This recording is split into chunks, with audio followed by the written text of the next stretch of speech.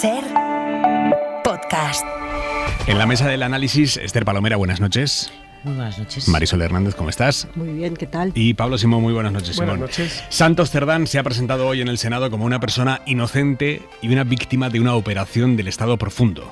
Cerdán ha negado todo de lo que se le acusa, niega ser un corrupto, niega ser propietario de parte de la empresa Servinavar y por negar niega hasta que los audios en los que se le escucha contar dinero con Ábalos y Koldo sean reales. Dice que están manipulados por un software informático y ha llegado a decir que si se empotró en la delegación oficial del Ministerio de Ábalos para un viaje a Marruecos no es como sostiene la UCO que lo hizo para conseguir una obra para Acciona, sino que, según él, según Cerdán, viajó a Marruecos para firmar un acuerdo de hermanamiento con los socialistas marroquíes.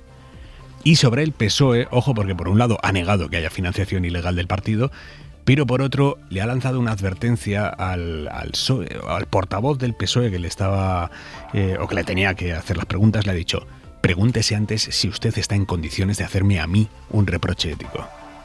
Es una advertencia con todas las letras. Vamos por partes, antes de entrar en la derivada específica sobre Cerdán y el PSOE. Vamos con la clave general. Cerdán, como digo, lo niega todo, insiste en su inocencia total y dice que las acusaciones contra él empezaron después de que se hiciera la foto con Puigdemont y después de que varios dirigentes de Vox mantuvieran una supuesta reunión con miembros de la Guardia Civil en Toledo en 2021. Sara Selva, buenas noches. ¿Qué tal? Buenas noches. Era la segunda vez que Cerdán comparecía en el Senado. La primera lo hizo acompañado de su partido, del PSOE. Esta vez no. Ha llegado solo y 15 minutos antes de las 10, así que ha estado todo ese rato en la sala, de pie, mientras los fotoperiodistas disparaban. Me voy a defender, eso lo tengan claro, se lo aseguro, porque soy inocente, no soy ningún corrupto y tarde o temprano lo van a poder comprobar. Desde el principio, Cerdán lo ha negado todo. La forma de perseguir es la propia de la Inquisición. No se investiga ningún delito concreto. Se investiga a varias personas aforadas y el procedimiento de investigación no respeta ninguna garantía. Se siente víctima de una conspiración. ¿Y piensa pedir perdón? Si la verdad se impone, tendrá que pedirle usted. No ha querido contestar a preguntas concretas, es eso lo que le recomendaba su defensa, pero sí ha insistido en varias ideas. ¿Sigue atreviéndose a decir que usted no tenía nada que ver con Servinavar? Lo afirmo rotundamente. Niega su participación en Servinavar y sostiene que los audios que le incriminan son falsos, que están manipulados. Ha dicho que los audios son un montaje. ¿Un montaje de quién? Pues es una buena cuestión, porque sería una buena comisión de investigación dentro del Senado ver quiénes son los que pueden estar detrás. El exsecretario de Organización ha dejado muchas preguntas sin responder. Se la voy a formular de otra manera. ¿Era Leire Díez una intermediaria política que actuaba siguiendo sus instrucciones para proteger el entramado cuando la investigación empezaba a acercarse ya al cobro de comisiones? Y eso ha exasperado al senador del PP. Mire, su silencio sabe lo que identifica claramente. Que Leire Díez no actuaba por su cuenta. Porque si actuaba por su cuenta, usted lo diría. Si exageraba su papel, usted lo desmentiría. Pero no lo hace. Ese silencio no es casual. Su silencio, le ha repetido Gerardo Camps, le delata. Le ha reprochado el senador del PP que calle en algunas preguntas y conteste a otras, porque Cerdán sí ha contestado, por ejemplo, al senador de Junts, que ha alimentado la idea de que todo es una operación contra él por haber negociado con los independentistas y con la izquierda abertzale. Si usted no hubiera sido fontanero del acuerdo de Bruselas, se hubiera llegado a saber alguna vez que sus manos largas, si son largas son, o no hubiera habido esta explosión judicial y mediática. Hubiera sido todo distinto. Es más, en aquel momento ya me avisaron, no una ni dos, varias fuerzas políticas me avisaron, ten cuidado. Hay un antes y un después de esa foto. También ha contestado Cerdán a las preguntas sobre si hay o no financiación irregular en el PSOE, negándola con rotundidad. ¿Usted puede asegurar que el Partido Socialista, mientras usted ha sido secretario de organización, los ha financiado ilegalmente? Lo aseguro rotundamente. Los grupos se han afanado en recordarle que nadie la apoya. Hoy llega usted solo. La soledad del abandonado. La soledad del caído en desgracia. Cerdán se ha marchado con su abogado, que ha estado durante las 2 horas y media de comisión sentado en la sala. El ex número 3 del PSOE ha llegado a su taxi rodeado por decenas de periodistas. Los partidos le decían: usted llega hoy solo, porque es verdad que el PSOE le ha dado la espalda a Santos Cerdán desde el día del informe de la UCO en el que se destapaba todo el pastel. Ojo a la respuesta de Cerdán cuando María Caballero de UPN le ha espetado también eso de que ahora está solo. Hoy parece ser que ya nadie le da apoyo. Mejor solo que mal acompañado. Pues eso. Tan felices los diputados del PP con esa puya que ha sido la primera de varias, las más explícitas contra el senador socialista que le tenía que interrogar, Alfonso Gil, que es verdad que hoy tenía un papelón, porque cómo conjugar el distanciarse como partido de Cerdán completamente sin provocarle y, yo qué sé, empezar a rajar.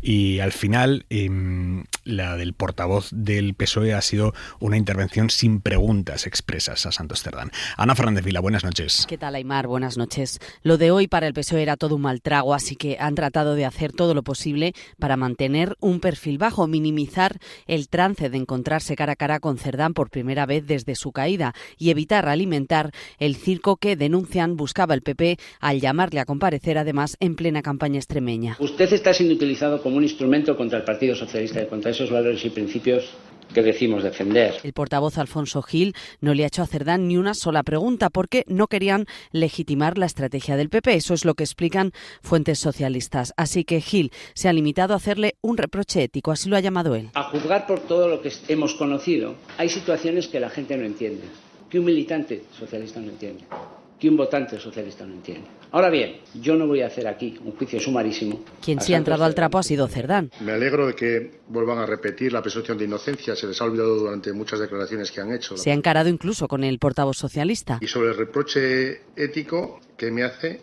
hágase usted una pregunta. Si usted está en condiciones de hacerme a mí un reproche como el que me ha hecho. Y ha acusado a sus antiguos compañeros de partido de dejarle solo. Está claro que estoy solo, que todo el mundo me ha dado la espalda, pero para defender mi inocencia no me hace falta que me acompañe nadie. Lo cierto, Aimar, es que los senadores socialistas han evitado hoy por todos los medios cruzarse con él. No han entrado en la sala hasta las 10 en punto, cuando empezaba la comisión, y se han ido nada más acabar. Interpretan los ataques de Cerdán como los de un animal herido, dicen, a la defensiva, pero aseguran que no se sienten amenazados porque no hay nada, insisten, y creen que si algo demuestra su actitud es que no existe ninguna connivencia con él.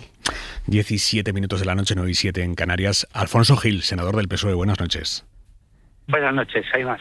Senador, ¿por qué cree usted que Santos Cerdán le ha dicho eso de antes de hacerme un reproche ético a mí, pregúntese si usted está en condiciones de hacerme un reproche ético?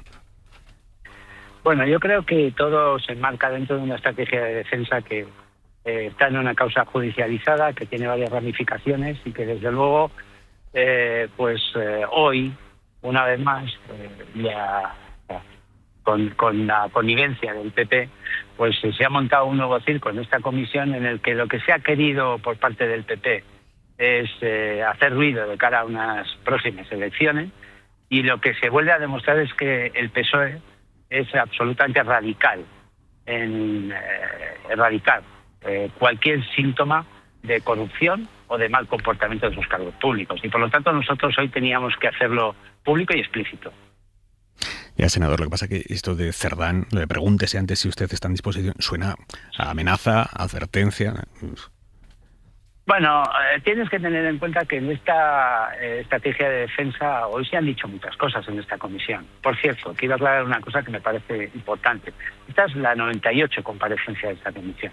El Partido Socialista no ha hecho preguntas a los diferentes comparecientes que han venido, entre otras cuestiones, porque no sirve más que para enredar en una estrategia que el Partido Popular tiene en esta comisión con el objetivo de acabar con el gobierno progresista y Pedro Sánchez como presidente. Por lo tanto, nosotros ya hemos dicho hace mucho tiempo que si lo que querían era investigar o determinar responsabilidades políticas, nosotros también teníamos una forma de hacerlo. Para que te hagas una idea, nosotros hemos presentado varios planes de trabajo. Aquí empezamos hablando de mascarillas y lo que queríamos es que los órganos fiscalizadores de las diferentes comunidades autónomas vinieran a reportar cuáles habían sido los resultados de esa fiscalización. No han querido. ¿Por qué? Porque ya está prescrita la verdad que tienen hecha y, por lo tanto, esta comisión no es más que un circo. Por aclarar, señor Gil, usted fue secretario de organización del Partido Socialista de Euskadi. Ni el Partido Socialista de Euskadi ni usted tiene nada raro a lo que se pueda estar refiriendo Santos Cerdán con esa insinuación obvia. Absolutamente nada. El Partido Socialista de Euskadi y el Partido Socialista Obrero Español son limpios en su financiación, lo están demostrando.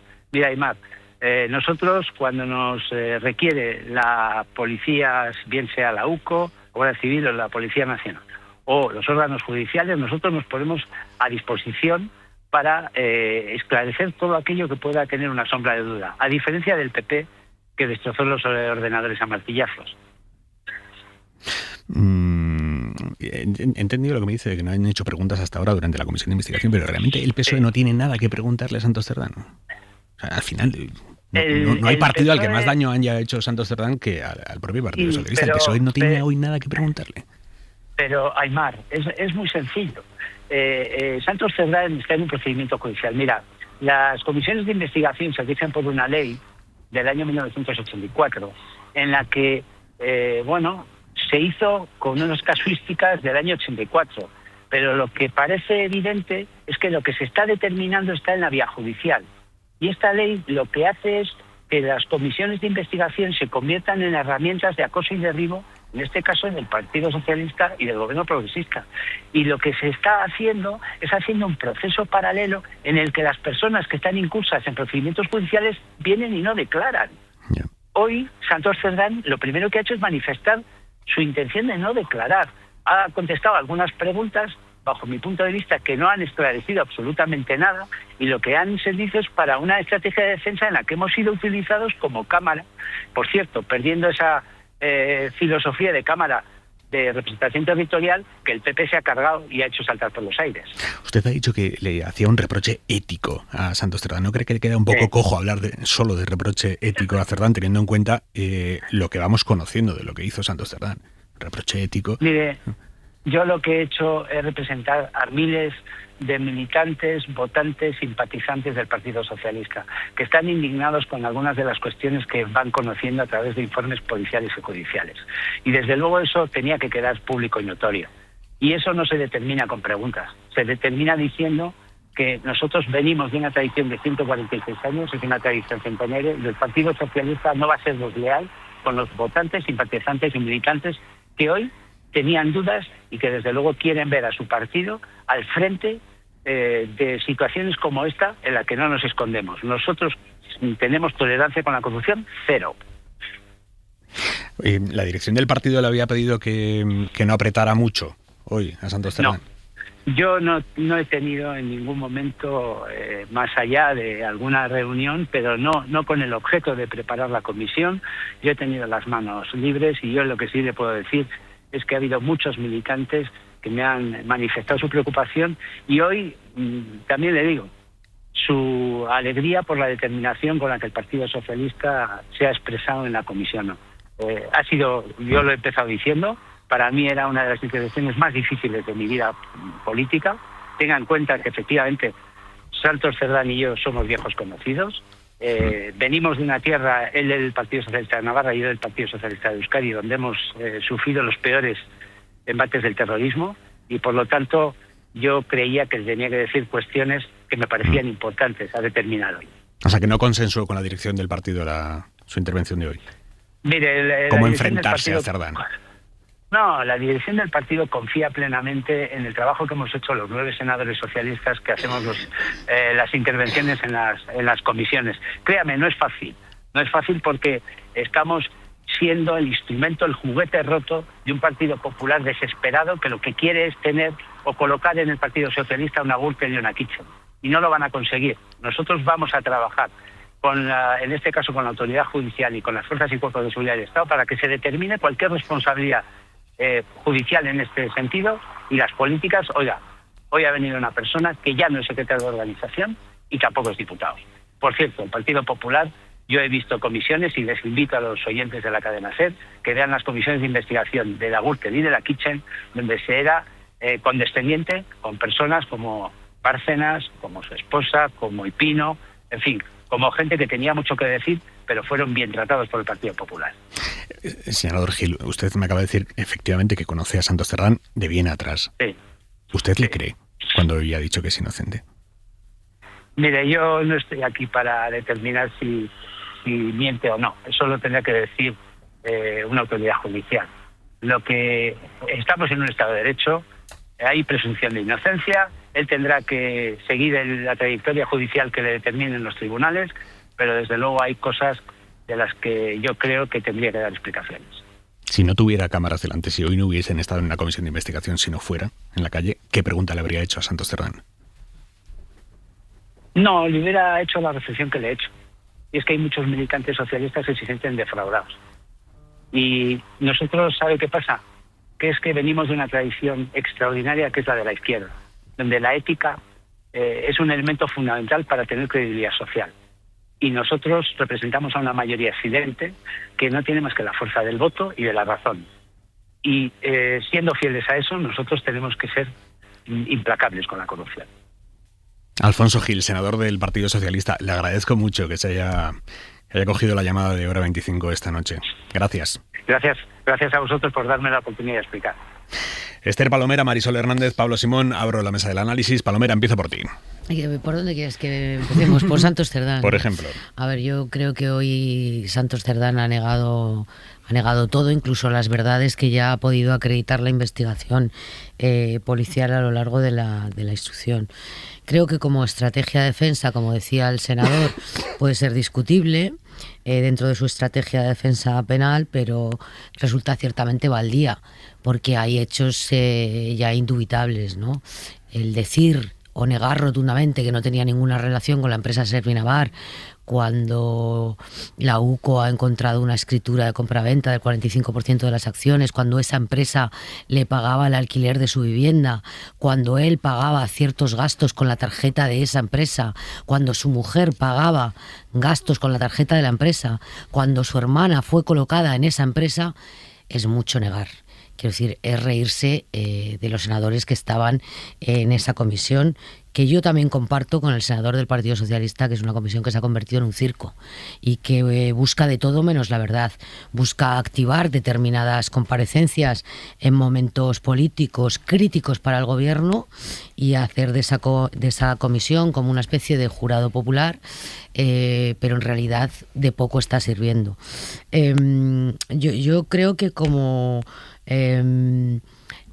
estrategia, como decía, pues él puede estar satisfecho con lo que ha hecho, pero el horizonte penal de Santos Cerdán no se va a determinar ni en esa comisión ni por las respuestas que ha dado a los senadores.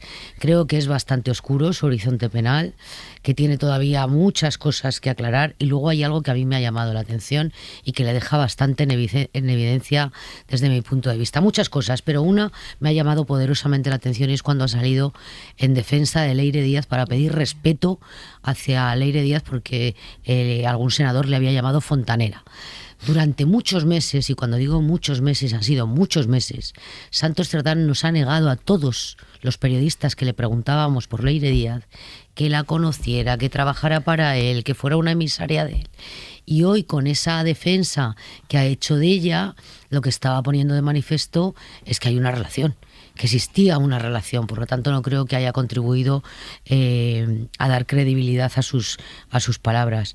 Luego, si queréis, podemos entrar en otras cuestiones, pero yo creo, sinceramente, que la comparecencia de hoy de poco le ha servido. Vamos a hacer una primera intervención cada uno y a partir de ahí ya debatimos. A mí me ha parecido una comparecencia muy impactante. La verdad es que tenía curiosidad porque, bueno, al final es una persona con la que hemos tratado habitualmente, que conocemos, que nos mintió durante mucho tiempo, pero que ha pasado 5 meses en la cárcel, ¿no? Y bueno, pues es una experiencia desde luego traumática para cualquiera menos parece que para Santos Cerdán. Yo es verdad que lo he encontrado un poco más delgado, pero con el mismo cuajo de siempre, ¿no? Muy entero, con un grandísimo punto de rencor hacia el PSOE, eso ha sido evidente, pero empeñado. Desafiante, más. Sí, más que rencoroso, desafiante, bueno, ¿no? Yo las dos cosas, rencoroso y desafiante, ¿no? Y luego muy empeñado en una trágala, ¿no? La de las grabaciones han sido manipuladas con inteligencia artificial, que ni sus propios compañeros le compraron, o sea, nadie del gobierno, ni el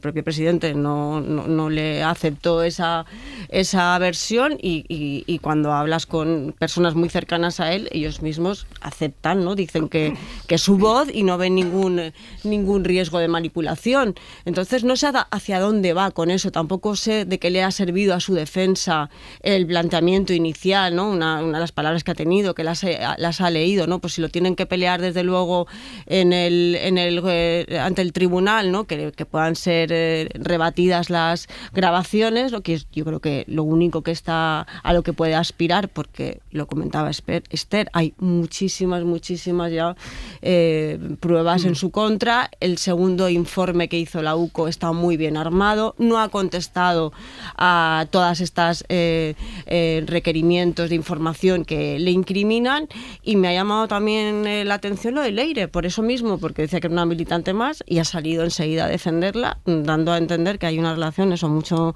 mucho más intensa. Y luego me ha llamado también la atención lo de Otegi. Que no haya negado la reunión que no haya Pedro dicho Sánchez. nada, porque podía haberla negado fácilmente. Ha negado la financiación ilegal del PSOE, pero esto no ha querido entrar. Entonces eso también me llama la atención. Y luego hay como la construcción de un nuevo personaje, ¿no? O sea, este hombre ha sido siempre una persona que parecía que no quería tener importancia, y de repente todo el Estado va contra él, le atacan porque negoció el fin de ETA, porque negoció con Bildu, porque negoció con Puigdemont. O sea, es como algo absolutamente increíble. No, lo que ha increíble. Como actor político, me temo que no. Pero lo que ha negociado metido después también, han sido las excarcelaciones de muchos. Ha metido ahí también cositas. Simón. Por ser breve y no redundante. Primero, es perfectamente compatible que el Partido Popular haya hecho esta comisión para desgastar al gobierno con el hecho de que el compareciente esté mintiendo en sede parlamentaria, como habéis subrayado antes, con las informaciones que ya disponemos en firme. Segundo, el compareciente aquí ha recurrido básicamente a la estrategia de la victimización. Yo creo que ha sido unos elementos fundamentales y ha desplegado toda la retórica posible, desde las teorías de la conspiración del Estado profundo yendo contra mí por la negociación, hasta los audios trucados y otras tantas cosas que, como muy bien señalaba antes Marisol, ni siquiera sus compañeros le han dado verosimilitud, porque a efectos prácticos se ha dimitido, es porque se entiende que hay una responsabilidad política como poco, ¿vale? La pregunta es hasta dónde se elevaría esa responsabilidad política, pero da para otro debate. En cualquier caso, yo creo que, y esta es la tercera consideración, que en realidad cuando ha enseñado los dientes ahí en la comisión, ha habido gente que se ha preocupado. Y lo puedo comprender, porque no deja de ser un exsecretario de organización. Y un exsecretario de organización del partido no es cualquiera. Es alguien que te engrasa la organización por dentro, es alguien que limpia los trapos sucios, es alguien que hace la verdadera fontanería de un partido, que es que el piso no se te llene de agua. ¿Vale? Por lo tanto, se encarga de que no haya rotos ni desperfectos. Y yo creo que efectivamente Santos Cerdán puede tener más información delicada, y cuando ha lanzado esa invectiva a Alfonso Gil, yo creo que por ahí van los tiros, en el sentido de dar una señal, un toque de atención, cuidado. Así que es normal que el Partido Socialista esté incómodo, porque le pasaba ya en su momento con Ábalos, en el cual enseñaba y amagaba pero sin llegar a dar. De hecho, por cierto, él continúa como diputado, ¿vale? Recordemos la anomalía que es este hecho. Y también ahora pasa exactamente lo mismo con el señor Cerdán, cuando se le preguntaba a Alfonso Gil, oiga, ¿haría usted alguna pregunta? No, yo no, por favor. Esto se dilucida en sede judicial. Yo no tengo ninguna pregunta que hacer y no me voy a meter en ningún charco, no vaya a ser que esto tenga implicaciones. Palomera, ¿cuánto ha preocupado en el PSOE esa insinuación de Cerdán y ese enseñar el colmillo que ha hecho? Pues yo creo que en el Partido Socialista llevan mucho tiempo diciendo que esto está amortizado. Estará amortizado o no en función de hasta dónde alcance la investigación y dónde lleguen las pesquisas de la UCO que se puedan acreditar. Y luego también hasta dónde llega la investigación que hay en la Audiencia Nacional sobre las finanzas del Partido Socialista, que no está categorizada como tal, pero sí que esto de solicitar los gastos desde el año 2017, pues bueno, habrá que ver hasta dónde llega. Como decía, ellos están convencidos de que esto está amortizado, que este asunto de Cerdán, Koldo y Ábalos está absolutamente encapsulado. Yo no sabría decirte si está encapsulado o no, porque nos falta mucha información y probablemente no lo sabremos hasta que los investigadores concluyan todo el trabajo que tiene que hacer. Pero sí quiero decir una cosa. Yo creo que el pecado original de Pedro Sánchez no está tanto en la configuración de los diferentes gobiernos que ha hecho desde que es presidente del gobierno, sino en el Partido Socialista. En cómo tejió y configuró las distintas direcciones del Partido Socialista y en quiénes confió. Y esto tiene que ver con unas primarias del año 2017 en las que el ahora secretario general del Partido Socialista recurrió, si se me permite la expresión, a los restos del partido. Es decir, había 3 candidaturas. La de Susana Díaz, con la que se alinearon todos los cuadros y todos los tótem del Partido Socialista, hablando en términos históricos. Estaba la candidatura de Patxi López, donde se alinearon cuadros medios, cuadros intermedios, y Pedro Sánchez estaba solo en la carretera. y tuvo que recurrir a gente pues que no tenía demasiado predicamento dentro de la organización, que habían sido apartados orgánicamente por los motivos que fueran, porque eran perdedores de todos los pulsos orgánicos, y esto es con lo que tejió su ascenso primero a la Secretaría General y luego a la presidencia del Gobierno. Por tanto, creo que el pecado original está ahí.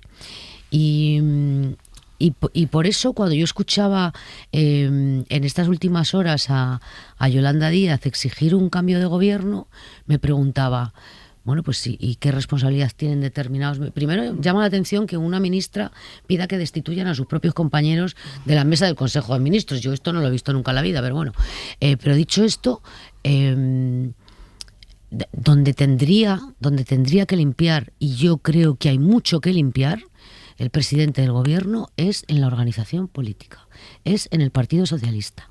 Porque no nos olvidemos que primero Ábalos y con mayor ahínco después Santos Cerdán fue quien configuró las listas electorales, quien determinó la composición de las ejecutivas regionales, quien decidió candidatos en diferentes territorios. Y yo creo que el listón de exigencia ahí se bajó demasiado. Vale, primero una objeción y luego una pregunta.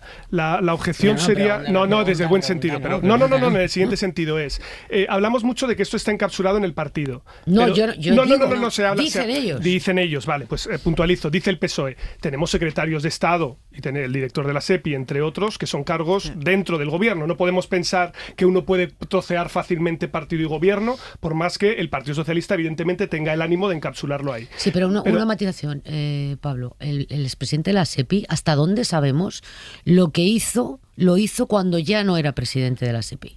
Vale, pero fue nombrado... Sí, pero no se limita solamente a Ábalos y Santos y Coldo, pero va más allá. La secretaria de Estado de Infraestructuras, por ejemplo, sí tuvo un nombramiento político. El ministro de Fomento era secretario de Organización de Transportes, que se llama ahora. Y claro, la pregunta que yo muchas veces me planteo es, Pedro Sánchez alega de manera continuada que él no tenía conocimiento de que estos casos de corrupción estaban ocurriendo, bien el partido, bien el gobierno. Sin embargo, Pedro Sánchez insiste en que no existe financiación irregular del partido. ¿Cómo es posible que yo le pueda creer si decía al principio que no sabía y ahora esto sí lo sabe? Es decir, ¿cómo puedo darle yo verosimilitud al hecho de que él alega? Ellos alegan a que, fruto de todo lo que ha pasado con Santos Cerdán, lo han revisado y no han revisado las cuentas de arriba a abajo, y es esa revisión, esa auditoría es lo que les permite afirmar que no hay financiación ilegal. Aún así, se está investigando. Mi contrapregunta es, ¿esta lógica no se podía haber operado también en el caso de Santos Cerdán? Es decir, cuando ya tienes a un secretario de organización que le fuerzas la dimisión por corrupto, sin embargo colocas a Santos Cerdán sin comprobar si tiene algún tipo de problema potencial de corrupción. Pero es que ese es uno de los fallos a los que yo creo que aludía Esther. O sea, ¿cómo es posible que tú confíes en personas de las que apenas sabes nada? Es cierto que hay como una dependencia emocional de Pedro Sánchez, pero conforme avanza en cotas de poder, tampoco se revisa a quién ha fichado. No piensa qué hacía Santos Cerdán en Navarra antes de que yo le conociera, qué hacía Ábalos en Valencia antes de que estuviese conmigo. Y era gente que tenía un pasado, al menos, por ejemplo Ábalos en Valencia, claro, Ábalos en Valencia tenía un pasado. Exacto, y a quien les preguntaras allí en la organización, pues te podía hacer dudar, y eso no lo hizo, pero yo creo que el error va mucho más allá.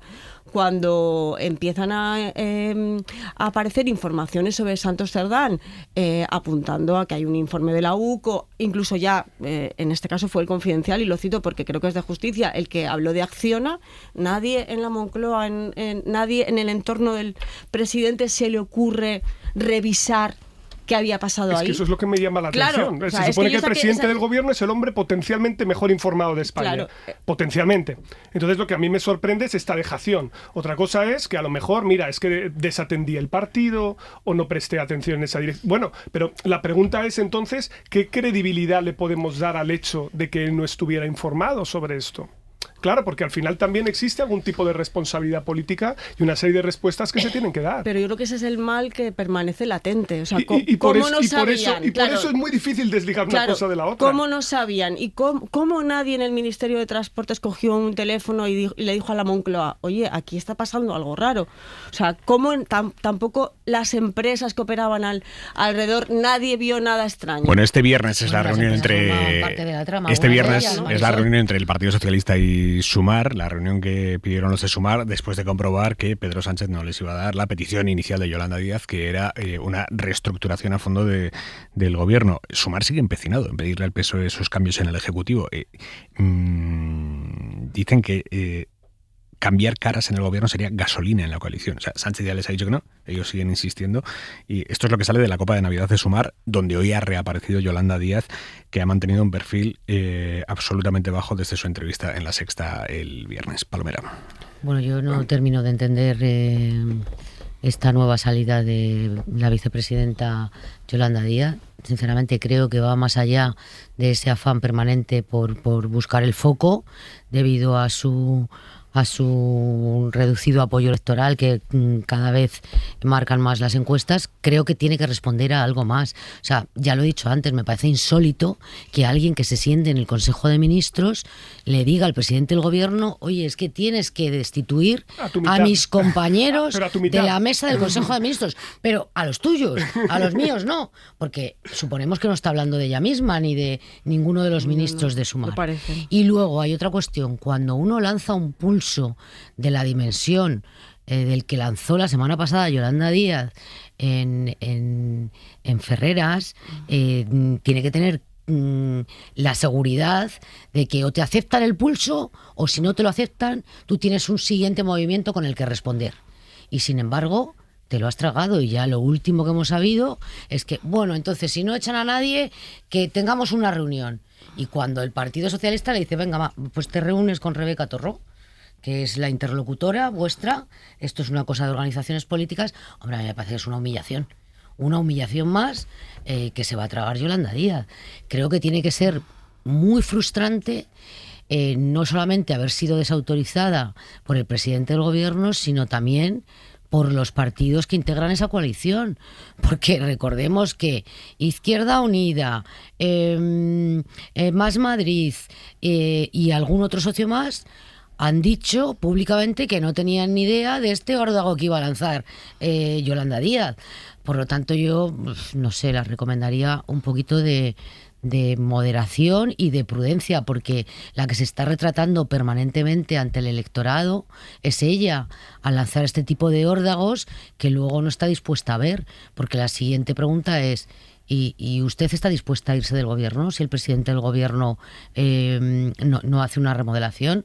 Pues oiga, si no está dispuesta, mejor que mantenga la boca cerrada, porque se está retratando una vez más. Con el problema de que además Yolanda Díaz ya no se representa más que a sí misma, es decir, ni siquiera es coordinadora de los ministros del ala de Sumar, sino que cada cual es su propio partido, con su propia iniciativa, en un espacio que está por articular, que no sabemos cómo irá las próximas elecciones, con evidentemente el miedo que tiene todo ese espacio a la ruptura del gobierno, porque implica pérdidas de cargo, de políticas y de poder. Para muchos de ellos es su última oportunidad para influir en política, muchos con elementos que están en cartera todavía por hacer o que se están perfilando, y lanzas un órdago sin tener más cartas. Evidentemente esto le deja en una posición enormemente débil, y yo creo que es uno de estos errores que en este contexto se pagan, y que yo creo que viene de un lado de la sobrereacción, ¿no? O sea, del ambiente, que de repente ves el ambiente y parece como que tienes que salir y hacer algo para hacerte visible. Yo creo que ese tipo de estrategias son un error. Pero yo creo que fue un movimiento pensado, pero que se ha planteado mal. O sea, antes de que ella hablara había habido una reunión de todos los partidos y allí se le había pedido contundencia. Quiero decir, no la podemos criticar cuando es blanda y criticarla cuando es dura. O sea, porque muchas veces lo que se le achaca es que sea demasiado blanda. Los partidos que forman parte de Sumar no sabían lo que iba a decir Yolanda. Se enteraron por la tele. Sí, exacto, justo. Porque como ha dicho Pablo, se representa a sí misma desde hace mucho tiempo. No, pero habían pactado ser más contundentes, dar un toque de atención. Lo que no habían pactado es que la manera de hacerlo fuera pedir una remodelación del gobierno. Yo creo que es ahí donde ella patina. porque no tiene, además lo que intentó decir, me parece a mí, no tengo tampoco ningún ánimo de defenderla, pero lo que intentó pedir es reacciones. Sánchez, haga usted algo, presidente, vuelva a tener iniciativa política, pues puede ser un cambio en el gobierno, una manera de ganar iniciativa política, pues bueno, es discutible, pero podría ser, pero claro, a partir de que Sánchez le dice que no, es verdad que se queda bastante desasistida, eso no lo voy a negar. A estas alturas no voy a hacer de intérprete ni de Yolanda Díaz, porque me parece muy complicado, ni de ningún político de los que aparecen todos los días en la conversación pública.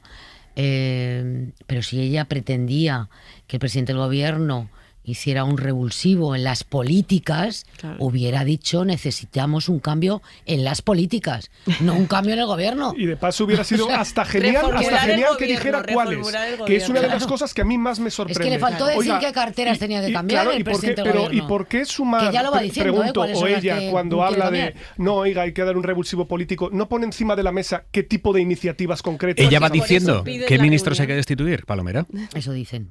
Sí. Eso dicen. Bueno, a ver, que tropezaron con vivienda, no me lo ha dicho a mí, no voy a descubrir algo que bueno, pero Pablo yo cita no lo vivienda, que lo dicen continuamente, se lo ha dicho se le resbaló una vez sin querer. Bueno, vivienda es que lo que dijo es que tenía que dimitir la ministra, pero eso fue hace meses, ahora ya apunta más alto. Hablando de Sumar, su exportavoz parlamentario, Íñigo Errejón, la Fiscalía pide que se archive la causa contra Errejón por supuesta agresión sexual a Elisa Mouliá. El juez que lo investigó había propuesto enviar a Errejón a juicio.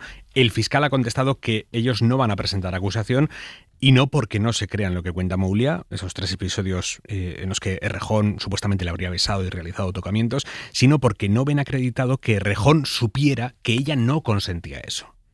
Así que no va a presentar acusación a la Fiscalía contra el exportavoz de Sumar y propone que se cierre el caso. Isabel Vega.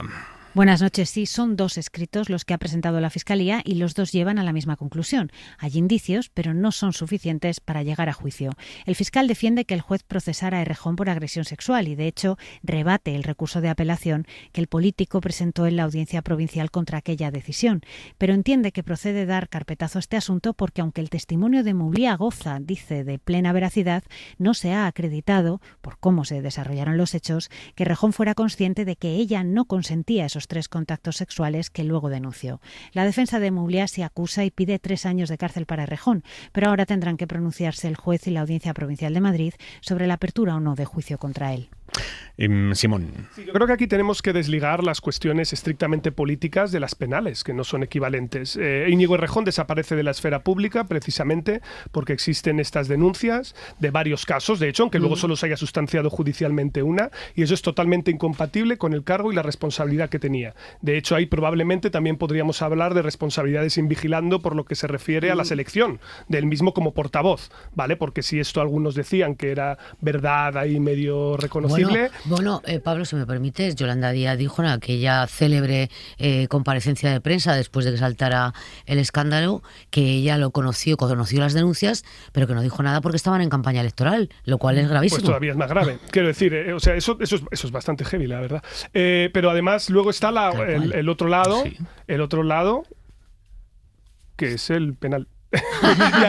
y ahí es donde efectivamente veremos cómo se dilucida este caso y veremos cómo se sustancia, pero cuidado con construir aquí equivalencias entre los comportamientos que son aceptables desde una perspectiva moral y política y aquellos que son punibles penalmente, porque este es el juego por el que luego se entra para decir, veis, al final Íñigo Errejón ha terminado siendo una víctima de denuncias falsas, etcétera, etcétera, etcétera, que es por donde luego vendrá el boomerang que emplearán muchos para intentar golpear a la izquierda. Bueno, pero esto es lo que tiene que dilucidar la justicia, claro, o sea, hay una investigación, el juez ha creído a Mouliá. Bueno, yo desde el primer momento, la verdad, cuando la escuché me parecía que tenía un relato bastante bien trabado. ¿Qué pasa? Que ahora la Fiscalía no acaba de poner en claro, en mi opinión, el momento del consentimiento, porque la Fiscalía argumenta que cuando ella comunica que no quiere seguir, él para, pues que entonces que no hay agresión. Pero claro, lo anterior, ¿es agresión o no es agresión? A mí es que yo creo que esto es lo que se tiene que ver en el juicio si finalmente se sienta en el banquillo. Claro, es que esta es la petición. No está claro. No está claro. Esta es la petición de la Fiscalía y además la Fiscalía lo que dice es que el auto de procesamiento es absolutamente correcto. Claro, y que ella ha que es dicho la absolutamente verdad correcto. y que el relato de claro, ella es testimonio absolutamente creíble. Por lo tanto, vamos a ver a dónde llega. Yo como Marisol creo que el relato de ella, independientemente que desde el primer día dije que no estaba bien asesorada, porque creo que no ha estado bien asesorada en esa campaña a través de los medios de comunicación que hizo desde el primer momento, pero su relato es absolutamente creíble, del principio al fin. Ahora hay que dirimir el asunto del consentimiento, que por algo se aprobó la ley y que además está bien aprobada. Por tanto, yo no daría por zanjado este asunto. El Partido Popular, que en los últimos días ha hecho bandera con las denuncias por acoso sexual en el seno del PSOE, el PP tiene un problema creciente en Andalucía. Hoy hemos conocido que un dirigente del partido, del PP andaluz, presionó a una de las concejalas de Algeciras que habían relatado supuestos casos de acoso sexual por parte del alcalde de Algeciras, que es un histórico del PP, José Ignacio Landaluce, al que los populares acaban de suspender de militancia la semana pasada, pero que sigue siendo alcalde y sigue siendo senador. Todo esto empezó hace meses, cuando se publicaron unos pantallazos de un grupo de WhatsApp de concejalas del PP en el que ellas describían esos comportamientos misóginos del Landaluce sobre dos de ellas. Decían que les tocaba el culo, que les metía mano por debajo de la mesa, que les hacía comentarios inapropiados. Eso se hizo público. Después, las dos concejalas lo negaron y ahora sabemos que Marcos Borrego, miembro de la Ejecutiva Provincial del PP de Málaga y colaborador del alcalde Landaluce, fue a donde la tercera concejal que estaba en ese grupo de WhatsApp y le presionó para que ella también rectificara. Porque las otras dos ya lo habían hecho. Los pantallazos que aquí se publican son objeto de una conducta de agresión sexual y en ese chat participas tú como oyente. ¿Vale o no? Pero participas. Estas dos personas dicen que es falso, tú no puedes decir que es verdadero. ¿Me explico o no? Tú no puedes decir que es verdadero. ¿Me explico o no? El tipo quería que ella fuera a un notario a decir que esos comentarios los había hecho porque tenía un trastorno mental. Llegó a ponerle delante un papel escrito en primera persona para que lo firmara. Esto lo ha adelantado todo el Correo de Andalucía. Esto fue en febrero, después de que el PSOE anunciara que iba a denunciar al alcalde de Algeciras, que sigue siendo alcalde de Algeciras. Radio Algeciras, Rubén García. El Correo de Andalucía ha publicado este miércoles varios audios de Marcos Borrego, miembro del Comité Provincial del PP de Málaga y persona cercana al alcalde de Algeciras, quien habría presionado a la que fuera concejal del PP, Laura Ruiz, para que firmara una carta reconociendo un supuesto desequilibrio mental. Según la grabación, el objetivo sería reforzar la defensa del alcalde José Ignacio Landaluce, investigado por un presunto caso de abuso sexual contra dos ediles de su propio gobierno local. Ruiz fue quien supuestamente desveló varios mensajes de WhatsApp en los que se dejaban entrever comportamientos delicados del alcalde, y en los audios Borrego le pide que se retracte y que atribuya sus acusaciones a una inestabilidad mental. Ella lo rechaza por el posible perjuicio profesional que eso podría provocarle en el futuro. Pones esto en un acta, pues esto no deja de ser un pueblo, Marco. Entonces esto lo veo y a mí no me contaba Dios. Ni trastornos mentales. Trastornos mentales. Radio Algeciras ha confirmado que Borrego es cargo de confianza del Ayuntamiento de Algeciras con un salario de 45.000 euros anuales. Mientras tanto, hoy mismo la andaluza ha hecho público un correo recibido en octubre de 2023 en el que precisamente Laura Ruiz se disculpaba y atribuía lo ocurrido a una reacción a la desesperada por su despido como concejal. Marisol. Bueno, yo creo que es todo escandaloso. No solo estas tres mujeres han sufrido presuntamente acoso sexual, sino que encima han sufrido presiones para cambiar su declaración a cambio de trabajos. Han visto cuestionada su vida laboral, ¿no? Algunas se tuvo que ir. Un trastorno mental. Claro. ¿Esto qué es? No, pero luego cuando se le pregunta al PP, contesta que no, que esto ha sido algo que el alcalde ha hecho a título particular. O sea, creo que el problema que tienen los populares en Málaga con este asunto no lo pueden resolver tan fácil como pensaban que lo iba a resolver, ¿no? Con el apaño de, bueno, pues se deja su acto en el Senado para seguir con el aforamiento, ya mantiene también la vara de edil en el ayuntamiento y ya hemos actuado, le hemos dado la baja de militante. Esto sigue creciendo y van a tener que hacer algo más porque es un tema... Los audios dan vergüenza absoluta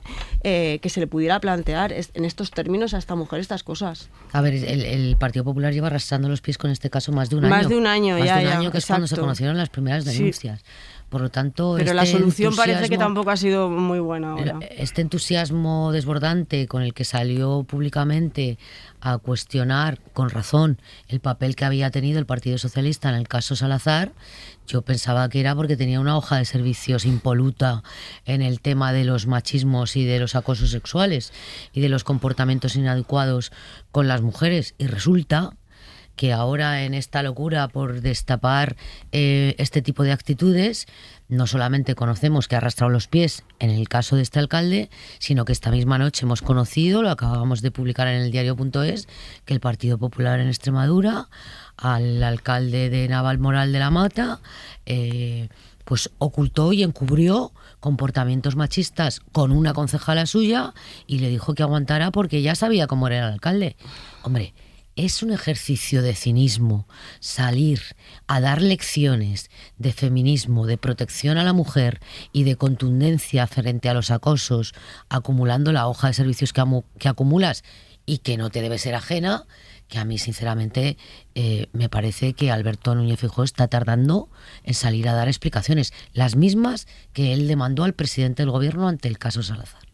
Desde luego lo del doble cinismo y el rasero lo comparto al 100%, yo creo que esto es evidente, pero hay una preocupación que también es transversal, ¿no? Que es cómo funcionan las organizaciones en general y sobre todo en las organizaciones que se basan en redes de confianza y en lazos de camaradería, podríamos decir, para medrar dentro de la misma. Y esto es un problema particularmente importante en los partidos, porque los liderazgos en general están mucho más masculinizados, los entornos juegan un papel importante y este tipo de acosos, por desgracia, solo le prestamos atención cuando las víctimas van a los medios de comunicación, porque casi siempre la tónica es encubrirlo, establecer un manto de silencio, establecer presiones, como pasa casi siempre en organizaciones de este tipo. Y esto hay que hacérselo mirar. Y esto requiere un cambio en la cultura de las organizaciones mucho más profunda. Por supuesto, el PSOE está reaccionando sin lugar a dudas con mucha más contundencia que el PP. En el pecado lleva la penitencia también. Quiero decir que eso es así y también lo están haciendo. Pero yo creo que tenemos que llevar una reflexión a mayores, que es qué ocurre cuando las relaciones de poder están masculinizadas y se rodean de esos entornos que son los que ejercen presiones sobre ellas. Lo que pasa es que precisamente el estallido de denuncias es lo que puede cambiar esta dinámica. Claro. No va a ser a corto plazo. Sí, está claro. Pero el hecho de que las mujeres se atrevan a denunciar, que es lo mismo que ha pasado con las agresiones sexuales. Ahora hay muchas más porque se denuncian más. Comparto eso, Marisol, pero no tenemos que pedir actos de heroísmo tampoco. Quiero decir que muchas veces esperamos que sean ellas las que alcen la voz cuando la propia organización tiene que estar al quite de este tipo de hechos y desactivarlos antes de que vayan más lejos. De hecho, que lleguen a la denuncia es lo que es la tragedia, ¿no? de este tipo de procesos. Hace falta que internamente estas cosas se vean mal, ¿no? Que es lo que el punto al que no hemos llegado, y que alguien cuando pase, si hay alguien más alrededor, alguien te lo eche en cara, ¿no? Se lo eche en cara al señor de turno, y esto pues yo creo que será todavía un proceso muy largo, pero es verdad que se está avanzando en ese sentido. Hoy, sobre el caso del andaluce, del alcalde de Algeciras, no ha dicho una palabra, obviamente. Dolors Montserrat, la eurodiputada del PP, en el debate que han tenido esta tarde en el Parlamento Europeo sobre los casos de presunto acoso sexual en la política española, básicamente en el PSOE. Esto lo pidió el Partido Popular, cambió el orden del día del Europarlamento, y la secretaria general del PP español allí, Montserrat, ha dicho que ha dicho de todo de los socialistas. Ha dicho que son un estercolero moral. Todo en un cóctel mezclado con la ley del solo sí es sí, con los fallos en las pulseras que llevan los maltratadores. Corresponsal comunitario, Enrique García Pozo. Un debate impulsado por la secretaria general de los populares europeos, Dolors Montserrat, centrado en los presuntos casos de acoso sexual que salpican al PSOE, y en el que la popular ha descrito al partido como un estercolero moral lleno de acosadores y de cómplices. Voy a contarles la gran farsa de Pedro Sánchez, su feminismo. El líder que presumía de ser un escudo para las mujeres, hoy ha convertido su partido en un estercolero moral lleno de acosadores, depredadores y cómplices que callaron para no perder su sillón. Montserrat ha criticado la ley del sí es sí, ha hablado de los fallos de las pulseras de Biogen y ha pedido a los socialistas europeos que censuren al gobierno de Pedro Sánchez. Desde los socialistas acusan al PP de instrumentalizar a las víctimas. Lina Gálvez. Solo quieren instrumentalizar un problema que es muy serio, porque si les interesara habrían apoyado que este debate tuviera dimensión europea, porque 1 de cada 3 mujeres europeas ha sido víctima de acoso sexual. Y piden al PP que actúe con la misma transparencia con la que aseguran responden los socialistas.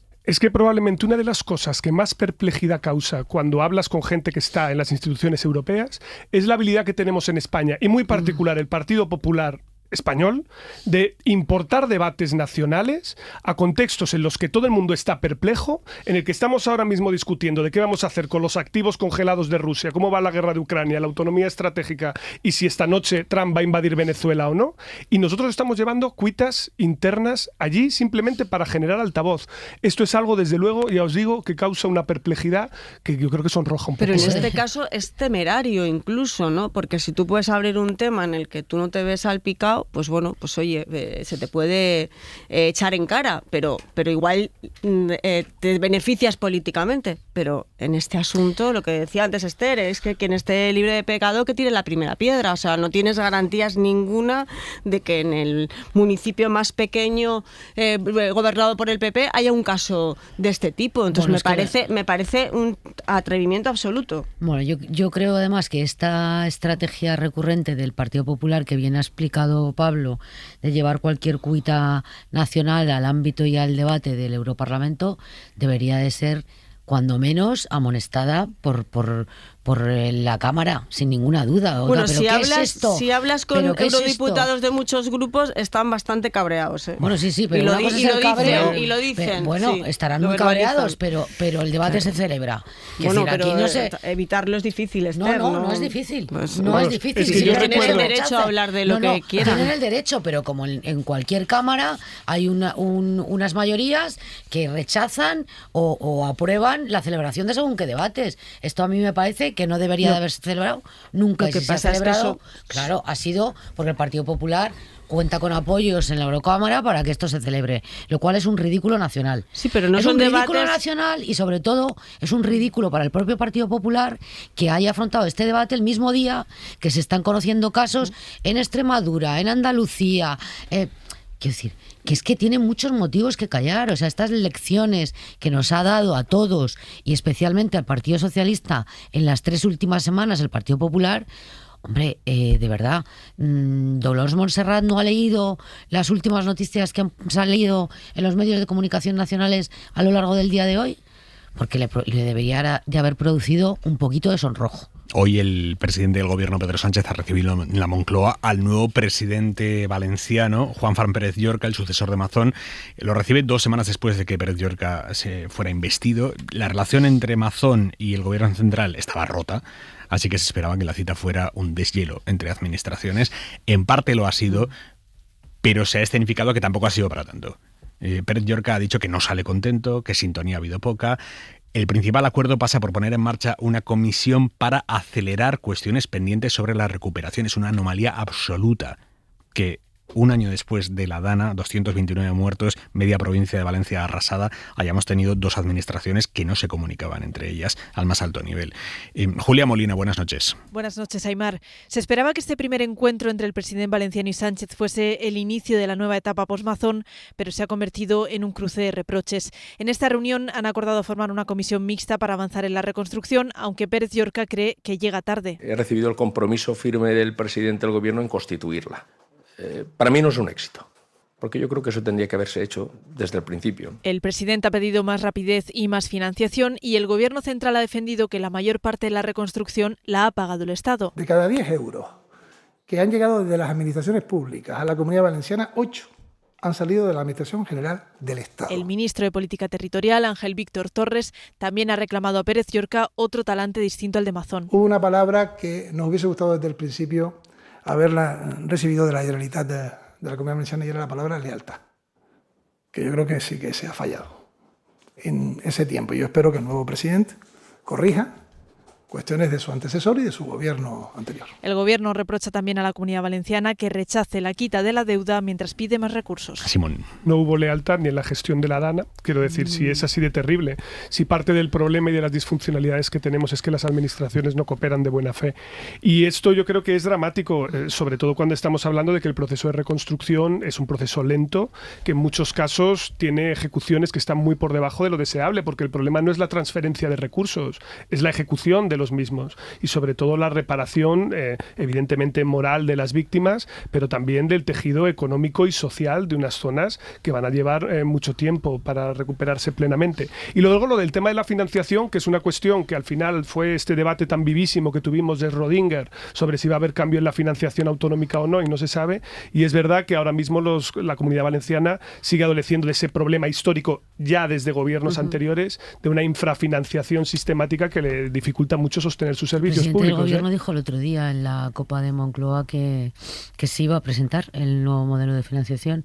Cuestión distinta es que haya votos en enero, para... ¿no? Sí, en enero. Cuestión distinta es que haya votos para aprobarlo, que parece que no, y que haya presentarla acuerdo... tampoco es aprobarla, primero presentarla y luego ya Bueno, veríamos, bien, ¿no? pero es que llevamos ¿cuántos años? Desde 2007, ¿no? 2014, ¿no? Desde 2014 caducada. Sí, exacto. 2014 caducada. Tenemos en vigor la del 7. Pues 12 años, vamos camino de 12 años, y en 12 años ningún gobierno había presentado un nuevo modelo. O sea, que ya se presente, es verdad que probablemente no hay votos suficientes en la Cámara para sacarla adelante, ni tampoco acuerdo en el ámbito del Consejo de Política Fiscal y Financiera. Por cierto, hablábamos de Valencia. Pérez Llorca, es verdad que no firmó ningún papel con Vox a cambio de los votos en la investidura, pero también es verdad porque el PP valenciano tenía una larga tradición de cesiones ante Vox allí en Valencia, por ejemplo, las últimas con los presupuestos, todo esto con la firma de Pérez Llorca.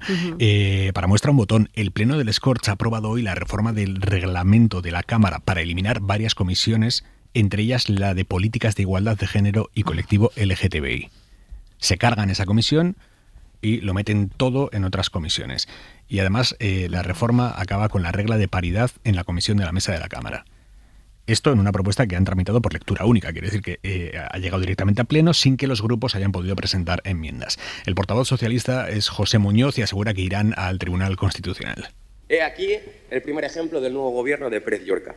Una ley que, por cierto, está firmada por él, en la que hace una propuesta de reforma del reglamento fascista, tanto por la forma como por el fondo. Porque Pérez Llorca, bajo la falsa apariencia de hombre dialogante, tiene las mismas formas y el mismo fondo que la extrema derecha a la que ha vendido su alma, que al final Vox acabará usurpando, ocupando el lugar de lo que debería ser la derecha moderada en nuestro país. Hora 25.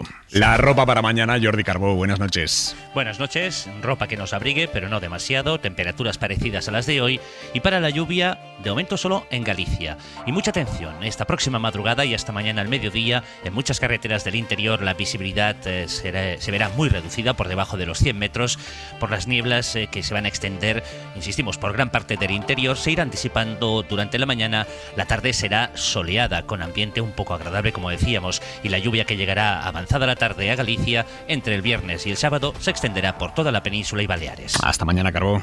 Adiós. Adiós. Es el sonido del día. Santos Cerdán, el exsecretario de organización del Partido Socialista, declarándose inocente en el Senado. Víctima, dice, de una gran conspiración a su alrededor que, según él, empezó cuando se reunió con Puigdemont y a raíz de que varios dirigentes de Vox mantuvieran una supuesta reunión con miembros de la Guardia Civil en Toledo en 2021. En la Comisión de Investigación sobre el caso Koldo, Cerdán ha dicho que no es corrupto, que nunca ha cobrado comisiones, niega ser propietario de parte de la empresa Servinavar, pese a que la UCO encontró un contrato privado firmado por él en la casa de Anchón Alonso, un contrato por el que Cerdán se hacía con el 45% de esa empresa, a través de la que habrían cobrado supuestamente las comisiones ilegales de Acciona. Y obviamente Santos Cerdán, puestos a negar, niega la principal prueba que hay en su contra, que son los audios en los que se le escucha pastelear sobre dinero con Ábalos y con Koldo. Cerdán desliza que esos audios pueden estar manipulados con inteligencia artificial. Casi 3 horas ha estado compareciendo Cerdán en la Comisión de Investigación en el Senado, presentándose así. Porque soy inocente, no soy ningún corrupto y tarde o temprano lo van a poder comprobar. Diciendo que sufre una persecución. Es la propia de la Inquisición. No se investiga ningún delito concreto. Se investiga a varias personas aforadas y el procedimiento de investigación no respeta ninguna garantía. Nadie está buscando la verdad, señoría. Y además ha tenido varios mensajes contra el que fue su partido, contra el Partido Socialista. Los más directos contra el senador que tenía que hacerle las preguntas, Alfonso Gil, que tampoco es que haya sido excesivamente incisivo con Cerdán, pero sí le ha lanzado un reproche ético por sus comportamientos.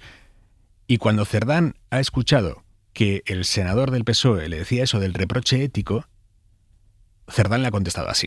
Yo solo le pido que abran los ojos y sobre el reproche ético que me hace, hágase usted una pregunta. Si usted está en condiciones de hacerme a mí un reproche como el que me ha hecho.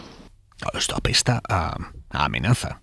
Sobre todo porque Cerdán y ese senador socialista al que le decía eso, Alfonso Gil, se conocen desde hace tiempo. Gil fue secretario de organización del PSOE en Euskadi y Cerdán ocupaba el mismo cargo en Navarra. Hemos hablado en Hora 25 con Gil, con Alfonso Gil, con este senador. Le hemos preguntado a qué responde esta insinuación de Cerdán. Absolutamente nada. El Partido Socialista de Euskadi y el Partido Socialista Obrero Español son limpios en su financiación, lo están demostrando. Y lo atribuye todo a una estrategia de defensa de Cerdán y defiende lo de lanzarle un reproche ético, pero sin hacerle preguntas concretas, porque es verdad que hoy el PSOE no le ha hecho ninguna pregunta a Santos Cerdán en esa comisión de investigación. El Partido Socialista no ha hecho preguntas a los diferentes comparecientes que han venido, entre otras cuestiones, porque no sirve más que para enredar en una estrategia que el Partido Popular tiene en esta comisión con el objetivo de acabar con el gobierno progresista y Pedro Sánchez. Yo lo que he hecho es representar a miles de militantes, votantes, simpatizantes del Partido Socialista, que están indignados con algunas de las cuestiones que van conociendo a través de informes policiales y judiciales. Y es que hay muchos militantes socialistas que se sienten defraudados. Y le hemos preguntado al senador Alfonso Gil si consensuó con la dirección del Partido Socialista no apretar demasiado hoy a Santos Cerdán para no cabrearle. No, la dirección del partido confía plenamente en el trabajo que hemos hecho los 9 senadores socialistas que hacemos las intervenciones en las comisiones. Créame, no es fácil. No es fácil porque estamos siendo el instrumento, el juguete roto de un Partido Popular desesperado que lo que quiere es tener o colocar en el Partido Socialista una Gürtel y una Kitchen. Y no lo van a conseguir. Tienen la entrevista completa en cadenaser.com. Manuel Javois, buenas noches. Aymar, ¿cómo estás? Buenas noches. Dice Cerdán que no es un corrupto y que lo va a demostrar. Sí, exige, menos mal que no hay cerdanistas, ¿no? No hay una familia ya que quede en el PSOE, porque exige mucha fe con todas las pruebas que se han reunido, el hecho de que se haya que confiar en su palabra. Fíjate, yo creo que esa frase, en ese contexto, más que una defensa, es casi un acto de poder simbólico, ¿no? Que no busca esclarecer nada, pero sí busca ganar tiempo, mover el foco y mantener intacta de alguna manera la poca autoridad personal mientras el proceso sigue avanzando. No está proclamando claramente una inocencia, lo que está proclamando es más bien el control del relato. Y a mí me parece que eso, políticamente, es más inquietante que negarlo, que una negación, porque no niega la verdad, la pospone indefinidamente, que es una forma elegante, al fin y al cabo, de erosionarla. Antes, de todos modos, antes el escándalo, cuando aparecían pruebas tan abrumadoras, audios con tu voz, etcétera, antes este tipo de escándalos llevaba a la retirada, llevaba al silencio, ¿no? Llevaba incluso a una cierta vergüenza, aunque aún no hubiese juicio.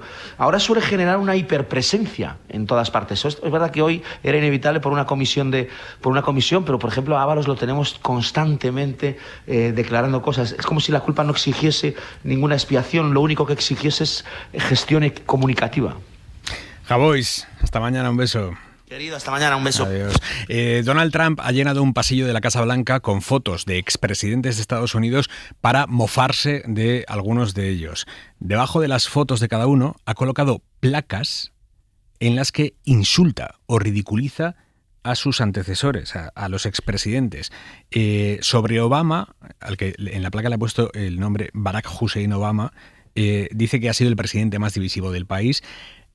A Biden en la placa le pone Sleepy Biden, una placa que ha puesto en la Casa Blanca, y aprovecha la placa para cuestionar las elecciones que le ganó. Y así con todos, en un pasillo de la Casa Blanca. Washington, Sara Canals, buenas noches.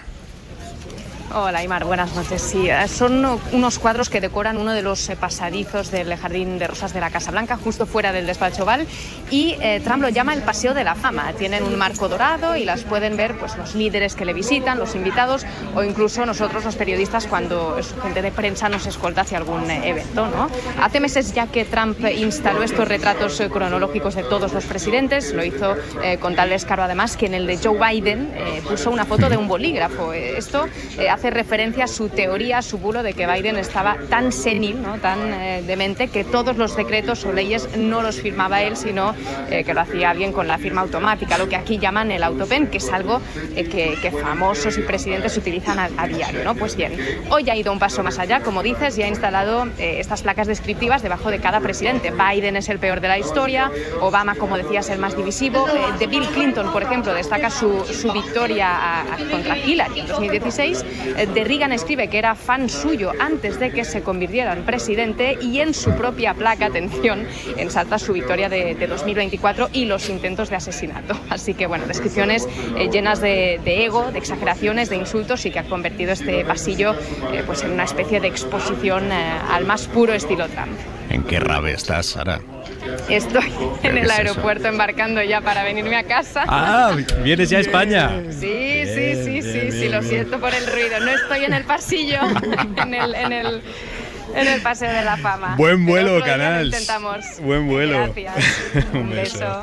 Es increíble esto, Simón? Es un sinvergüenza y es un crack. Es decir, show must go on, hay que entenderlo así. Ha subido el dato de desempleo en los Estados Unidos, la inflación no baja. Los republicanos acaban de perder ahora mismo en la Cámara de Representantes una votación fundamental que ha hecho que 4 desertores hayan apoyado más subsidios al Obamacare. Ha perdido todas las elecciones que se han celebrado hasta ahora por, además, márgenes bastante más amplios en distritos clave, que daba igual demócrata que fuera moderado, demócrata como Mamdani que fuera más a la izquierda, todos ganan. Ante unas perspectivas muy negras para las elecciones de medio mandato de aquí a un año. Es lógico, tiene que hacer show. Es decir, es lo único que puede hacer. Show y una guerra en Venezuela. Bueno, es decir, quiero decir que eso segundo va a tener más implicaciones. Pero hay que leerlo así. Él es básicamente alguien que está generando ahora entretenimiento porque no puede darle resultados de políticas a los votantes. Prometió al votante tradicional de clase obrera que iba a reducir el precio de los huevos, que iba a controlar la inflación, que iba a generar empleo, que iba a reindustrializar América. Está fracasando. Y por lo tanto tiene que recurrir a este tipo de estrategias. Yo es que lo leo así. Otra cosa es que, por desgracia, esto en el plano internacional, donde él es plenamente soberano, sí puede tener unas implicaciones más graves. Es decir, estamos viendo que coquetea con la intervención ahora en Venezuela, no sabemos si se materializará. Y luego está Colombia, y ya veremos qué pasa con Groenlandia, que los europeos estamos muy tranquilos, pero los daneses no tanto. Bueno, cosas que también dijo que nunca haría, ¿no? Que se iba a dedicar solamente a Estados Unidos, que iba a dejar esa ambición atlántica y mundial que hemos tenido tradicionalmente, y ahora que vemos que no, ¿no? Y lo que pasa es que yo creo que esto va mucho más allá, en el caso de las intervenciones militares internacionales, va mucho más allá de distraer, ¿no?, a su votante, como todas estas papanatadas que hace, sino que, bueno, que está buscando lo que también busca internamente, que es negocio, ¿no? Quiere ampliar su poder empresarial y va también, pues, bueno, mirando las materias primas de Groenlandia, el petróleo de Venezuela. Exacto, y ahí está. Por cierto, esta noche el secretario general de la ONU ha hablado con el presidente de Venezuela, Nicolás Maduro. Le ha advertido al secretario general de la ONU de la escalada amenazante que ha emprendido contra su país, Estados Unidos. Dice que eso va a tener graves implicaciones en la paz regional. El contexto de esta llamada es muy importante porque se produce después de que la presidenta de México, Claudia Sheinbaum, haya pedido a Naciones Unidas que actúe para evitar una desgracia en Venezuela ante las constantes amenazas de Trump, que lleva amagando y cada vez con mayor insistencia en las últimas semanas con una intervención militar en Venezuela. No a la intervención, no a la injerencia extranjera, solución pacífica de los conflictos. Y un llamado a Naciones Unidas, que asuma su papel, no se le ha visto, que asuma su papel para evitar cualquier derramamiento de sangre y que se busque siempre la solución pacífica de los conflictos. Cientos de personas se han manifestado esta tarde en Badalona para protestar porque se ha, desalojado a 400 inmigrantes de un centro en el que estaban en Badalona, un asentamiento de inmigrantes. Cánticos dirigidos concretamente contra García Albiol, el alcalde de Badalona, que es del Partido Popular, que ha puesto en la calle a esos 400 migrantes, la mayoría subsaharianos que no tenían otro techo que el de este antiguo instituto de la ciudad. Los ha desalojado sin darles alternativa y además orgulloso de ellos. ha dicho que no les va a dedicar ni un euro. Estamos hablando de gente que no tiene otro sitio donde pasar la noche, en pleno invierno, las puertas de Navidad, y durante ese desalojo la policía además ha detenido a 18 de estas personas por estar en España en situación irregular. Radio Barcelona, Pol Valero. A esta hora quedan alrededor de un centenar de personas en una plaza delante del edificio desalojado. Algunos han encendido una hoguera, otros intentan descansar, y a todos los que hemos preguntado qué planes tenían, nos han dicho lo mismo: esperar a una alternativa que la administración no les está ofreciendo. Están a frente de la nave Sintao con sus carros y su bicicleta, y sin saber dónde van a ir. Es Ibra Sané, uno de los residentes del B9, que contaba que el resto dormirán en tiendas o en portales. Esta tarde, delante de la plaza del Ayuntamiento, han dejado claro que ellos son de Badalona y no se van a ir. No hay otra opción, Albiol. Vamos a vivir aquí. Hemos optado y no nos vamos a ir. Han tachado de injusticia el expediente de expulsión que la Policía Nacional ha abierto a una quincena de detenidos sin documentación, aunque la jueza había dejado claro que el desalojo no se podía utilizar para ejecutar otras actuaciones, y también han acusado al alcalde popular, Xavier García Albiol, de racismo por sacar pecho del desalojo. Dejo muy claro que el Ayuntamiento de Badalona no va a gastar ni un solo euro en darles vivienda a personas que se han dedicado a hacer la vida imposible a los vecinos. Dicen que hemos de acoger a todo el mundo sin ningún tipo de control. Pues ahora le corresponde a Pedro Sánchez buscarles vivienda a estas personas. La solidaridad hoy solo ha venido de las entidades sociales y las fundaciones, que apenas tienen recursos para cubrir unas pocas personas más necesitadas. 3 familias han contactado al Sindicato de la Vivienda para ofrecer camas. Sin embargo, la gran mayoría de los 400 desalojados hoy no tendrá un techo para dormir. Palomera. Bueno, yo creo que Albiol lo que ha hecho es de Albiol una vez más. Albiol no existiría de no ser por las políticas anti-inmigración, es lo que le hizo crecer como alcalde de Badalona, pero hoy debería de preguntarse si lo que ha hecho no es más que trasladar el problema, porque efectivamente con el desalojo que ha sido a requerimiento del ayuntamiento, ha sido un desalojo decidido por el juzgado, pero a requerimiento del Ayuntamiento de Badalona. Si había un problema de seguridad o de salubridad, como él manifestó, la competencia para resolver esos problemas era del propio Ayuntamiento de Badalona.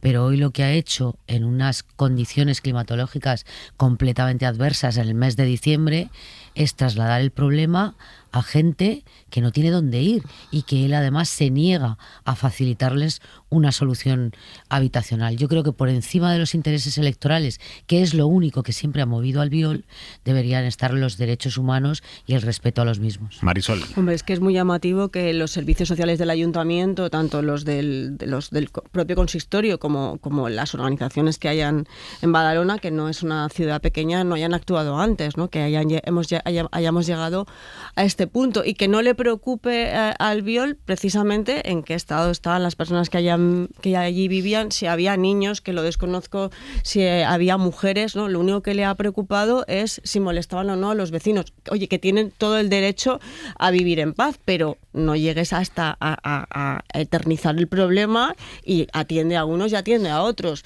Que al final el requerimiento judicial se haya hecho para que te devuelvan la propiedad, me parece, no sé, que no tiene la propiedad de un instituto,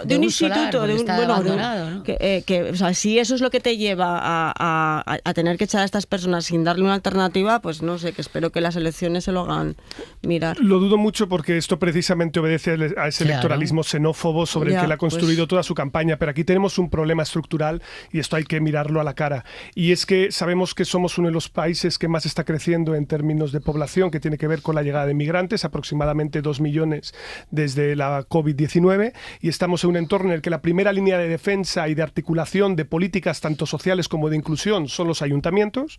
No tienen casi en ningún caso suficientes recursos, están totalmente abandonados y dejados de la mano de Dios en políticas de integración, y ahí hay un problema, porque la integración comienza desde abajo hacia arriba. Es decir, estas lógicas de vecinos protestando porque nadie quiere tener en su patio trasero un CIE es justamente lo que genera estas microdinámicas de racismo y de falta de respeto a los derechos humanos que vemos en muchos estos casos. Y ahí de verdad sí que las políticas locales marcan la diferencia. Exacto. Pero nuestras políticas locales están desarticuladas. Desde los recortes de Mariano Rajoy hemos perdido un montón de mecanismos que tenían los ayuntamientos en políticas que excedían lo que se llamaba competencias impropias, es decir, cosas que al ayuntamiento no le tocaba, pero alguien tiene que hacerse cargo, que desaparecieron y ya no están. Y si no hacemos buenas políticas desde esa base, en realidad lo que vamos a ver es muchas más dinámicas como la que se ha materializado en Badalona. Que al final la integración depende de la sensibilidad que tenga o no el alcalde. Claro, y de las, efectivamente, y de las políticas y de cómo somos capaces de facilitar el acceso al empleo, a los servicios básicos, que estén bien dimensionados, que desarticulemos los conflictos antes de que ocurran y que haya interlocución también entre las organizaciones sociales y también los recién llegados a la ciudad. Si estamos viendo lo que está pasando con la Alianza Catalana, que se niegan a empadronar a migrantes en muchas ciudades, vulnerando la ley, precisamente porque los propios vecinos se lo piden, porque así no ven tensionados sus servicios. Es que esa realidad también hay que mirarla a la cara, comprenderla y desarticularla desde abajo. Oye, ¿por qué no hacemos mañana un coordenada sobre esto, Simón? Venga, probamos. Mañana a las 9:30, coordenada 25 sobre esto. Hecho. Y lo analizamos a fondo con datos y con todo. Lo vemos. Venga, hecho. Por cierto, no sé si ustedes han oído, si vosotros, los que estéis aquí en la mesa, habéis oído que Hacienda os va a empezar a cobrar impuestos por los bizums que hacéis a vuestros familiares y demás. ¿Habéis oído algo de esto, verdad? Pues como vean los conceptos con los que lo mando. Pues casi todo lo que han oído ustedes es mentira. O sea, casi todo lo que está corriendo por los grupos de WhatsApp es bulo. Y lo vamos a contar en detalle. Ahora, ¿qué va a cambiar con Bizum? ¿Qué no va a cambiar? ¿Qué les van a vigilar? ¿Qué no les van a vigilar? Lo contamos ya. Está corriendo por los grupos de WhatsApp de familias y amigos de toda España mucha alarma y mucho bulo también sobre lo que va a hacer Hacienda a partir de enero con los Bizum, con el dinero que nos pasamos por Bizum. Así que esta noche en Hora 25 vamos a explicar lo que va a pasar y lo que no va a pasar también. El 1 de enero entra en vigor una ley que obliga a los bancos a enviarle a la agencia tributaria cada mes información del dinero que los empresarios cobran a través de las tarjetas y a través de Bizum también. Y esto ha hecho que mucha gente entre en pánico. Me van a cobrar impuestos Hacienda por los 20 euritos que le paso a mi amiga para el regalo de su novio. Bueno, pues no. Hacienda no le va a cobrar impuestos por ese Bizum.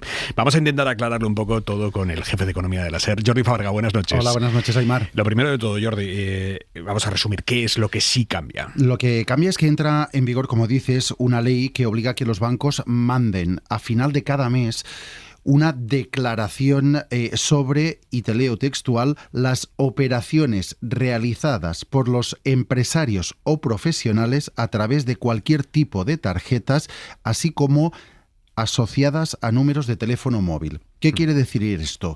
Quiere decir que cada mes los bancos tendrán que mandar una información a Hacienda, una declaración que incluya el importe mensual que han facturado estos empresarios a través de Bizum. Es decir, no van a recibir información de cada uno de los Bizum, sino que el banco a final de mes va a mandar un papel a la agencia tributaria diciendo: este empresario, este trabajador autónomo, durante el mes pasado ha ingresado tanto dinero a través de Bizum. Esto afecta a las operaciones en las que quien recibe el dinero, solo quien recibe el dinero, tiene un contrato de no particular con Bizum. Es decir, quien sea un particular no se ve afectado por esto. Esto es lo que cambia a partir de la entrada en vigor de esta ley el 1 de enero. O sea, que el banco le va a pasar a Hacienda, para que nos entendamos, el total de lo que ese profesional, empresario autónomo, recibe. Y luego ya, si a Hacienda esa cantidad no le cuadra, le pita o lo que sea, pues ya te llama para una inspección o para lo que tenga que ser. Claro, ahora lo que está ocurriendo es que los bancos mandan una información anual sobre los pagos que reciben estos empresarios, normalmente a través de tarjeta de crédito. Lo que se hace es actualizar la ley, incluyendo como una de las vías que hay que informar los pagos cobrados por Bizum y cambiar la periodicidad de esta información, que en lugar de ser una vez al año va a ser una vez al mes. Vale, vamos a plantear dudas prácticas que tiene mucha gente con este tema. El primer caso, que es el más habitual, pagar entre varias personas la cuenta de un restaurante o un regalo. Lo paga uno y después el resto lo hace Bizum. Cuando solemos ir a cenar, por ejemplo, con los amigos, paga una persona, luego le devolvemos a raíz de Bizum lo que nos corresponde. A los que hagan esto, ¿cómo les afecta este cambio? Pues como hemos explicado, no les afecta en nada, porque el cambio afecta a empresarios o autónomos, por lo que si salimos si hacemos un Bizum para pagar nuestra parte de la cuenta de un restaurante, de un regalo, todo esto podemos seguir haciéndolo como hasta ahora sin ningún cambio porque no nos afecta ninguna modificación de las que entran en vigor el 1 de enero. Hay gente que dice, ya, pero bueno, eso son cantidades pequeñas. Yo le pago el alquiler a mi compañero de piso o al casero por Bizum todos los meses, cantidad más o menos grande y además periódica todos los meses. Comparto piso en Madrid y a mí todos los meses mis 2 compañeros de piso me hacen un Bizum sobre las mismas fechas, que suele ser a final de mes. Me hacen un Bizum de unos 500 euros y luego yo ya le paso el alquiler completo a la casera a través de una transferencia. ¿Esto se va a poder seguir haciendo, Jordi, o les van a cobrar impuestos? No, esto no te van a cobrar impuestos, se puede hacer y se puede seguir haciendo porque seguimos en el mismo caso. Aquí no hay empresarios implicados en este Bizum que va de un particular a otro particular, que es el que luego hace la transferencia del alquiler del piso. Aquí el que tiene que declarar es el casero. El casero, claro, que tiene que declarar los ingresos que recibe por ese alquiler. Pero independientemente de cómo lo reciba, por Bizum. Por Bizum, por transferencia, en efectivo, sea como sea, el que cobra el alquiler tiene que declararlo, el resto pueden seguir pagando a través de Bizum, con tarjeta, transferencia o como quieran. Otro caso, tengo a mis hijos adolescentes no, jóvenes, digamos, viviendo fuera de casa y les paso 100, 200 euros cada mes porque no llegan a final de mes. ¿Para mandar dinero a mi familia o ellos mandarme dinero a mí? ¿Hacienda se va a meter en esto, en los Bizums de estas cantidades? Aquí estamos igual que antes, no hay profesionales, por lo tanto no afecta para nada este cambio. Las transferencias por Bizum entre familiares no hay que declararlas, siempre que sean este tipo de pagos. Otra cosa que aquí siempre hay un poco de polémica, es que hagamos una transferencia, pongamos, de 10.000, de 15.000 euros para ayudar a un familiar a comprar un coche. Eso ya es una donación. Claro. Aquí esto sí que hay que declararlo porque se considera una donación independientemente de si se hace por transferencia o por Bizum. Por tanto, esto habría que declararlo en estos casos concretos. Transferencias más normales como estas de las que hablamos para ayudar a un familiar o a un amigo o a quien sea a llegar a fin de mes, tienen la misma regulación que ahora y se pueden seguir haciendo. Vamos ahora ya sí a situaciones en las que interviene un empresario, un autónomo. Yo me dedico a temas de servicios de urgencias. Hay mucha gente que igual no tiene efectivo en casa o no sabe hacer transferencias porque no tiene aplicación y tal, y bueno, se suele hacer el tema por Bizum. Este caso sí que hay que declararlo a partir de ahora. Claro, a partir de ahora, pero también hasta ahora, porque los cobros por servicios empresariales hay que declararlos y hay que tributar por ellos. Tanto si hemos cobrado en efectivo, en tarjeta, en Bizum, sea como sea, esto hay que declararlo porque son servicios y estos servicios llevan impuestos aparejados, el IVA, en algunos casos también el IRPF, y por tanto hay que declararlos, insisto, ahora y también a partir del año que viene. Es decir, la tributación no cambia. Lo que va a pasar ahora es que el banco va a informar a Hacienda de la cantidad que reciba este señor al que acabamos de escuchar, también a través de Bizum. Eso es. El banco va a tener que informar de eso y si este señor... no el que hemos escuchado, sino un ejemplo concreto, no lo declarase, pues evidentemente tendría un lío, pero lo puede tener ahora mismo. Vale. Aclaradísimo todo, Jordi, mil gracias. Luego te hago un Bizum. Vale. Adiós. Por cierto, mañana tenemos una sorpresa en Hora 25. Mañana un amigo muy querido vuelve a casa. Mañana Fernando Berlín, 10 años después, vuelve a Hora 25. Soledad Gallego Díaz. Un político italiano dijo hace años que la política española mancaba finezza, es decir, faltaba finura, elegancia. Y a la vista de cómo se desarrolla el debate político en los dos países, se podría decir que tenía razón. En España el debate político es casi brutal, polarizado, sin medias tintas, todo es blanco o negro. Curiosamente, en Italia, donde tiene una primera ministra que llegó al poder hace 2 años con credenciales extremistas, sucede casi lo contrario. Con Giorgia Meloni, la situación política italiana, hasta ese momento tan inestable, parece haberse asentado, haberse convertido en mucho menos errática. Incluso en el escenario europeo, en los consejos de la UE, parece que el papel de Meloni ha cobrado peso y fineza. Mantiene una relación especial con el presidente de Estados Unidos, Donald Trump, pero al mismo tiempo se ha convertido en una de las interlocutoras más valoradas del presidente ucraniano Volodymyr Zelensky y del canciller alemán Friedrich Merz. Ahora, sin embargo, se enfrenta a un momento muy delicado. Un magnate de extrema derecha griego quiere comprar los 2 diarios más críticos con su gobierno, La República y La Stampa. ¿Se evitará esa venta en aras de la finezza o Meloni no pondrá inconvenientes? Punto y 25. Para no perderte ningún episodio, síguenos en la aplicación o la web de la SER, Podium Podcast o tu plataforma de audio favorita.